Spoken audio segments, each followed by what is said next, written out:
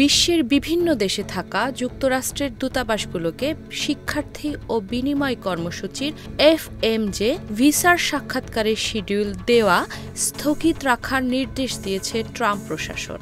গতকাল মঙ্গলবার দেশটির পররাষ্ট্র দপ্তর এই নির্দেশনা জারি করেছে। মার্কিন সম্প্রচার মাধ্যম সিএনএন এক প্রতিবেদনে এই তথ্য জানিয়েছে। মার্কিন পররাষ্ট্র দপ্তরের নির্দেশনায় বলা হয়েছে, আবেদনকারী বিদেশি শিক্ষার্থীদের সামাজিক যোগাযোগ মাধ্যম কঠোরভাবে যাচাই করা হবে। তারই অংশ হিসেবে দূতাবাসগুলোকে ভিসা সাক্ষাৎকার স্থগিত রাখার নির্দেশ দেওয়া হয়েছে। পরবর্তী নির্দেশনা না দেওয়া পর্যন্ত কোনো অতিরিক্ত শিক্ষার্থী বা এক্সচেঞ্জ ভিজিটর ভিসার অ্যাপয়েন্টমেন্ট নির্ধারণ করা যাবে না। এদিকে ব্রিটিশ গণমাধ্যম দ্য গার্ডিয়ান লিখেছে, ট্রাম্প প্রশাসনের নতুন এই নির্দেশনা যুক্তরাষ্ট্রের বিশ্ববিদ্যালয়গুলোর উপর গুরুতর প্রভাব ফেলবে, বিশেষ করে যেসব বিশ্ববিদ্যালয় আর্থিকভাবে বিদেশি শিক্ষার্থীদের উপর নির্ভরশীল এবং যেগুলোকে ট্রাম্প সম্প্রতি চরম বামপন্থী হিসেবে অভিহিত করেছেন, সেসব বিশ্ববিদ্যালয় বেশি সমস্যায় পড়বে।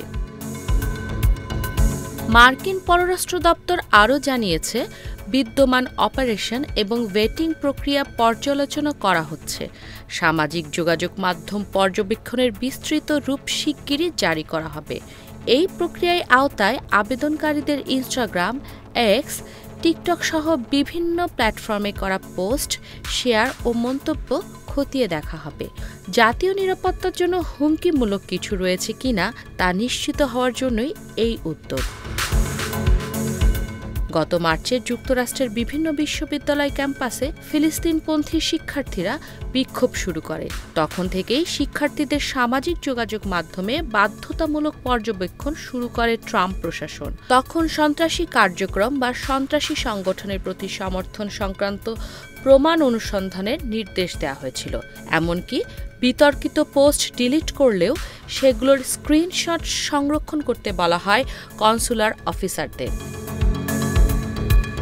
মার্কিন পররাষ্ট্রমন্ত্রী মার্কো রুবিও বলেন, এখন পর্যন্ত কয়েক হাজার শিক্ষার্থীদের ভিসা বাতিল করা হয়েছে।